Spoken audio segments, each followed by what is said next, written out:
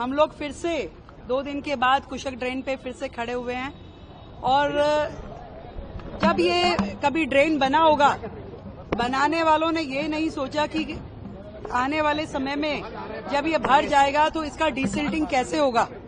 और आप देख रहे हैं कि जो आसपास की पूरी कॉलोनियां कई फुट पानी से भर जाती रही हैं। पॉश कॉलोनियां यहाँ हमारी सांसद हमारे साथ में खड़ी हैं और उनमें पानी भर जाता तो किसी के पास समाधान नहीं था कि ये आखिर पानी खड़ा है, कहां से इसका डिसिल्टिंग पेंडिंग है और किस तरीके से उसको चेक किया जाना चाहिए। आप देख रहे हैं कि आज इस पूरे ड्रेन पे हमने कट लगवा करके इस पे इतना बड़ा ये नाला है और इसमें किसी भी प्रकार के सफाई का कोई प्रोविजन रखा नहीं गया था। आज अलग अलग मशीनों के द्वारा हम यहाँ पे ट्रायल कर रहे हैं कि जो वर्षों से पड़ी हुई सिल्ट, जो चट्टान बन चुकी है, जो पत्थर बन चुकी है, उसका डिसिल्टिंग किस माध्यम से किया जाए। हमने अपनी सरकार की सारी प्रकार की मशीनरी को यहाँ आज बुला रखा है। यहाँ पर फायर की मशीनें भी लगी हुई हैं, यहाँ पे दिल्ली सरकार वाली भी है, पीडब्ल्यूडी से super sucker, every machine is here कि किस तरीके से उस सिल्ट को काटा जाए, उसमें से उसको डीसिल्ट किया जाए। और भी हमने अलग अलग एजेंसीज को यहाँ इन्वाइट किया है कि वो हमें इसका समाधान दें कि किस प्रकार से इस सिल्ट को हम रिमूव कर सकते हैं इस ड्रेन से, ताकि आने वाले मौसम में जल भराव की दिक्कतें शहर में ना हो। और ये काम जो है दिल्ली की सारी ड्रेन्स पे किया जाएगा और बिल्कुल बारिश के मौसम के लिए दिल्ली तैयार की जा रही है कि पूरी दिल्ली में जल भराव की दिक्कतें ना हो, डिसिल्टिंग नालों की प्रॉपर हो जाए। उसका एक्शन प्लान आज से अभी से हमारी पूरी टीम काम पे लगी है और कोई भी स्टोन अनटर्न्ड हम नहीं छोड़ेंगे। हर काम कैसे संभव है उसमें हमारे सांसद, हमारे विधायक, हमारे मंत्री, पूरी टीम सड़कों पर है।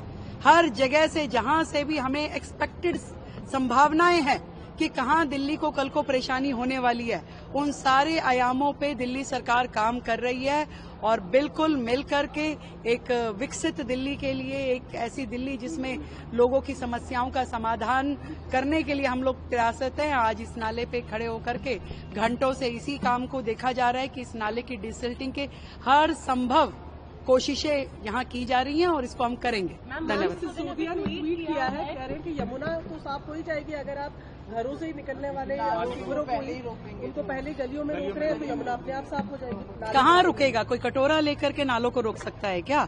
आप उसका समाधान देख रहे हैं। आज आप देख रहे हैं कि हम यहाँ बड़ी ड्रेन पे खड़े हैं और बड़ी ड्रेन का डिसिल्टिंग, जब तक ये बड़ी ड्रेन साफ नहीं होंगी, गलियों के अंदर की नालियां, पीडब्ल्यूडी के 60 फुटा रोडों के जो नाले हैं, वो पानी बाहर नहीं आ सकता। आज हम सबसे बड़े पॉइंट पे, जिसकी किसी ने कल्पना भी नहीं की थी कि ये नाला बना दिया इतना बड़ा, उसके ऊपर आपने लेंटर डाला हुआ है, कम से कम भी 15 इंच मोटा इसमें लेंटर डला हुआ है, परंतु कोई ये देखने वाला नहीं था कि कल को जब ये भर जाएगा तो ये सफाई कैसे होगी। तो आज सारे एक्सपेक्ट अगर वर्किंग हो रही है, आज यहाँ हम लोग सड़कों पे खड़े होकर के काम कर रहे हैं, तो ये समझिए कि हमारी जो वर्किंग है वो बिल्कुल जमीन पे खड़े होकर काम करने। हम कोई ऐसी कमरे में बैठ करके अपने ताकीदें नहीं कस रहे हैं कि आपने क्या कह दिया और क्या नहीं कह दिया। जो समाधान संभव है उसको हम करने का यहाँ पे खड़े होकर प्रयास कर रहे हैं। मैम, इससे पहले भी मई जून का महीना आएगा और कहीं ना कहीं पानी की समस्या बहुत ज्यादा है और यहीं आसपास के इलाकों में हम देख रहे हैं, निजामुद्दीन के एरिया में आसपास और पूरी दिल्ली में कई जगह पाइपलाइन टूटी हुई है, उसको लेकर भी क्या कोई ड्रिल होगी? मैंने बताया ना, हमारे जल बोर्ड के अधिकारी, हमारे पीडब्ल्यूडी के अधिकारी हर काम जो दिल्ली के लिए करने वाला है। अभी तो बेसिक जो चीजें हैं दिल्ली में वही इतनी बुरी स्थिति में है जिसको ठीक करने के लिए हम लोग प्रयासरत हैं। आज दिल्ली में लीकेज का जो सिस्टम है, आज जिस तरीके से पाइपलाइंस का सिस्टम है, आज आधी दिल्ली जो है वो टैंकरों के माध्यम से ही पानी पी रही है। कहाँ है पानी और जल और नल? नहीं है।